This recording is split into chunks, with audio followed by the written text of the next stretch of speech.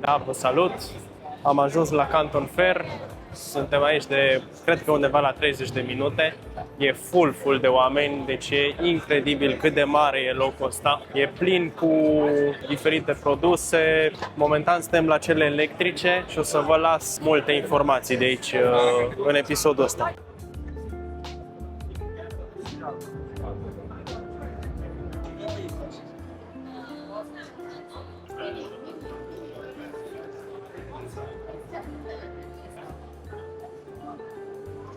Deci avem primul comerciant pe care o să vi-l las. Are foarte multe glanțe și tocuri de uși din acestea inteligente, cu camere, cu tot ce trebuie.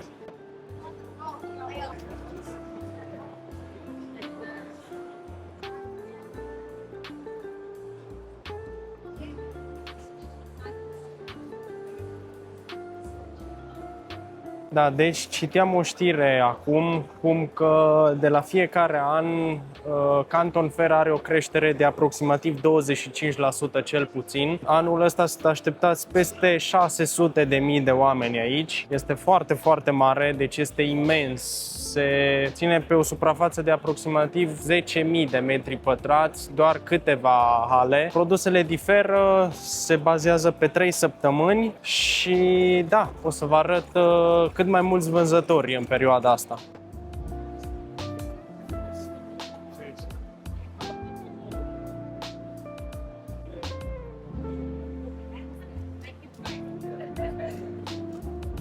Da, deci avem aici deja un contact pentru aceste curățătoare de geamuri. Prețurile începând cu 500 de lei, merg până la 800 de lei. Deci aici era și cartea lor de vizită de la cei cu curățătoarele acestea de geamuri. Au propria fabrică în Beijing și prețurile, cum am zis, începând cu 500 de lei până la 800 de lei per bucată.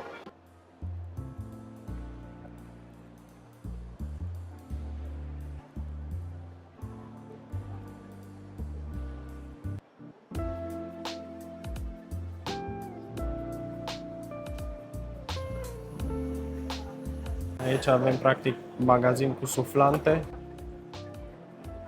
Da, aici avem aspiratoare de pat și cred că și dezinfectează patul de acarieni. Da, uite. Avem mai multe modele, la cele mai scumpe, la cele mai ieftine.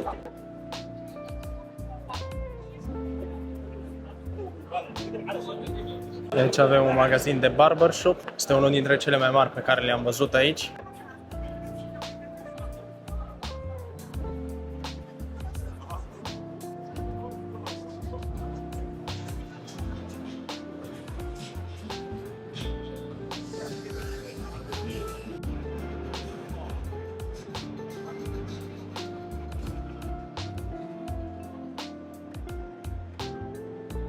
Da, deci ne aflăm din nou în altă secțiune a Canton Fair-ului. Practic suntem în secțiunea de lucruri de casă, să spun așa. Avem de la frigidere, la mașini de spălat, la ventilatoare, cam orice vă trece prin cap se poate găsi aici. Să vă și arăt acum. Și practic avem foarte multe. E foarte multă lume, deja din prima zi, astăzi fiind data de 15 aprilie. Aici avem o secțiune de foarte multe accesorii pentru vin, acelea pe care le găsiți și în Dragon și prin România. Ei practic sunt direct furnizorii și le-am găsit aici.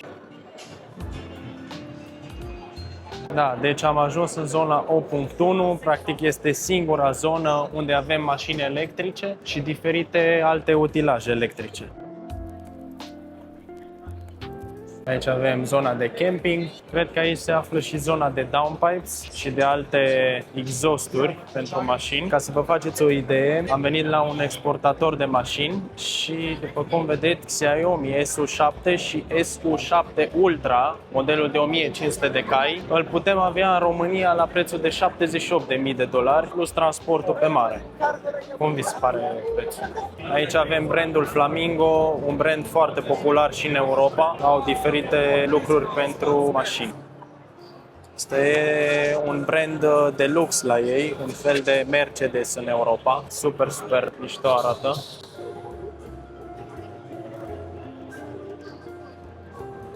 Deci avem camere de înregistrat, camere pentru mașini acolo în partea aia, camere pentru uși și pentru intrare. Avem display-uri aici 3D pentru diferite magazine, Nex Novo se numesc.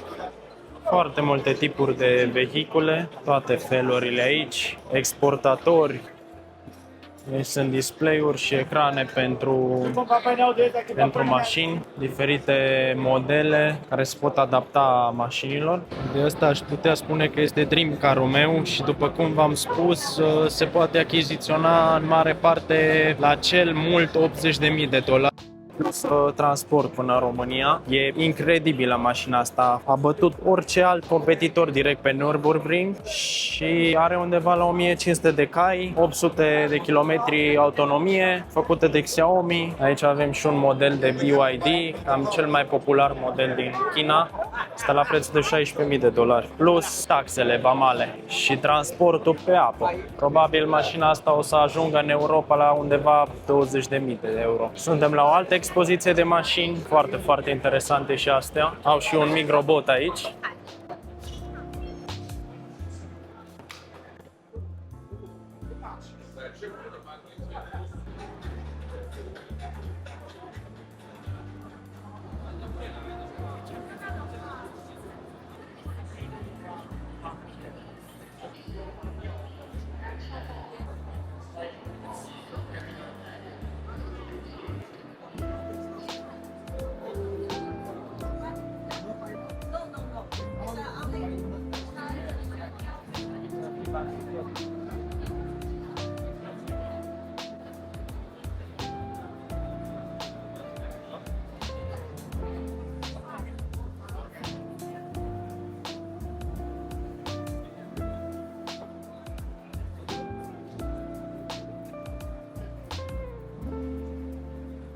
Hai, bună dimineața, vă salut! E a doua zi în Guangzhou, suntem în China de aproximativ 48 de ore. Astăzi vom merge la un nou market. Am fost de dimineață încă puțin până la Canton Fair, mai filmat ceva și acum așteptăm Didi-o să vină să ne ia să mergem la un alt mall de produse mai ieftine de data asta. Vă țin la curent. Comandat un Didi, un premium Didi, să vedem cum arată la ei.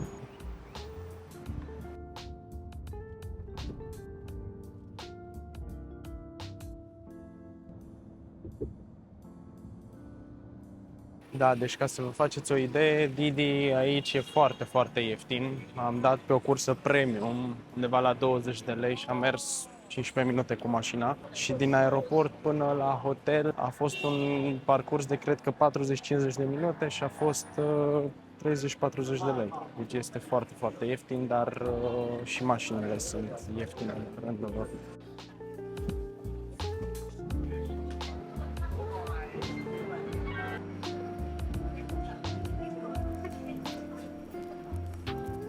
Deci am ajuns în mini-mall-ul ăsta cu tot felul de produse, un fel de dragonul roșu. Deci avem o grămadă de produse să ne uităm, o să vă las la final ce am cumpărat.